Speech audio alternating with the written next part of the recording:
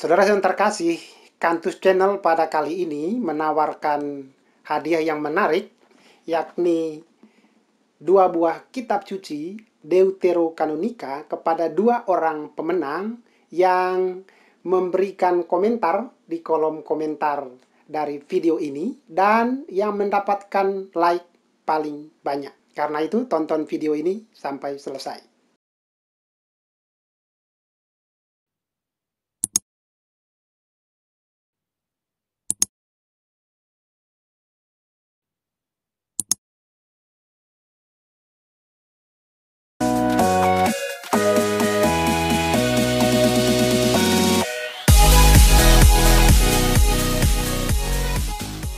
Saudara-saudara yang terkasih, ada sebuah pertanyaan yang ditujukan kepada Kantus Channel dari seorang Katolik. Pertanyaannya seperti ini. Halo Kantus Channel, Yesus adalah Tuhan, tetapi Yesus juga adalah manusia. Apakah keunggulan Yesus sebagai manusia yang membuat Yesus berbeda dari manusia yang lain, bahkan melampaui para nabi?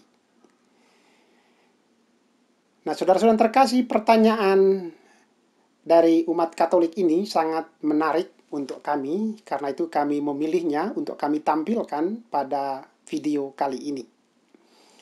Kami menelusuri setidaknya ada 5 keistimewaan atau keunggulan Yesus sebagai manusia yang tidak dimiliki oleh manusia yang lain, bahkan tidak dimiliki oleh para nabi.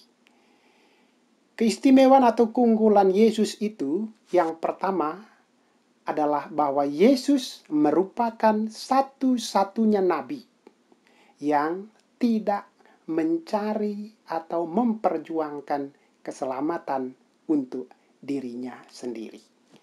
Berbeda dengan nabi yang lain.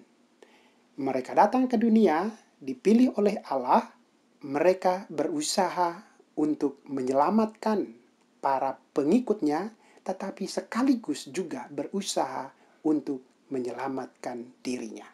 Jadi fokus para nabi di luar Yesus itu mereka berusaha untuk menyelamatkan para pengikutnya dan juga menyelamatkan dirinya. Sementara Yesus, dia tidak berusaha untuk menyelamatkan dirinya karena dia adalah penyelamat. Jadi, secara sederhana, Yesus itu tidak lagi membutuhkan keselamatan karena dia adalah Tuhan. Dia adalah putra Allah. Dia adalah Allah putra yang menjadi manusia. Maka fokus Yesus satu-satunya adalah berusaha untuk menyelamatkan para pengikutnya. Itu poin yang pertama yang menjadi keunggulan Yesus. Kemudian poin yang kedua yang merupakan keunggulan Yesus adalah bahwa Yesus merupakan satu-satunya nabi yang lahir bukan dari hubungan suami istri. Semua nabi itu lahir dari hubungan suami istri. Yesus memiliki keunggulan karena dia langsung menjadi manusia dengan kuasa Allah, Roh Kudus yang diutus Allah, lalu tiba-tiba Bunda Maria mengandung dan melahirkan Yesus. Itu keunggulan Yesus yang kedua. Kemudian keunggulan Yesus yang ketiga adalah bahwa Yesus merupakan satu-satunya nabi yang tidak berbuat dosa. Santo Paulus menekankan semua manusia telah berbuat dosa dan telah kehilangan kemuliaan Allah. Sementara Yesus sama sekali tidak pernah melakukan kejahatan dan dosa. Nah, hal itu dapat kita baca dalam Ibrani bab 4 ayat 15. Sebab imam besar, maksudnya Yesus, yang kita punya bukanlah imam besar yang tidak dapat turut merasakan kelemahan-kelemahan kita, sebaliknya sama dengan kita. Ia, maksudnya Yesus, telah dicobai, hanya tidak berbuat dosa.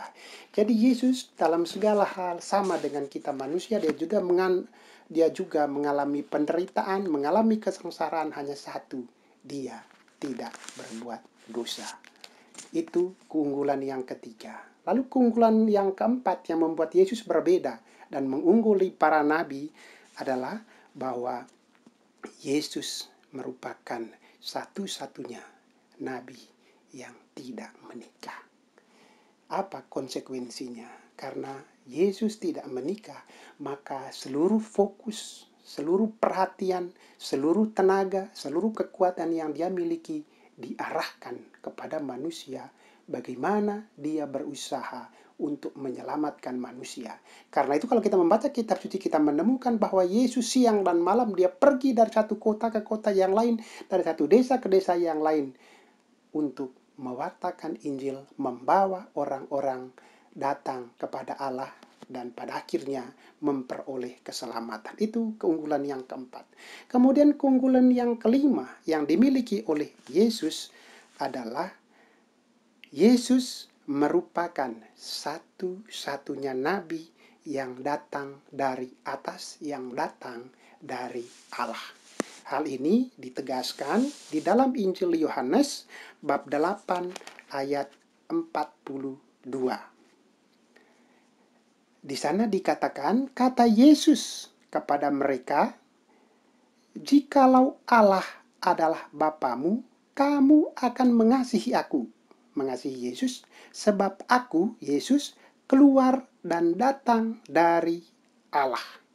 Jadi Yesus itu keluar dan datang dari Allah.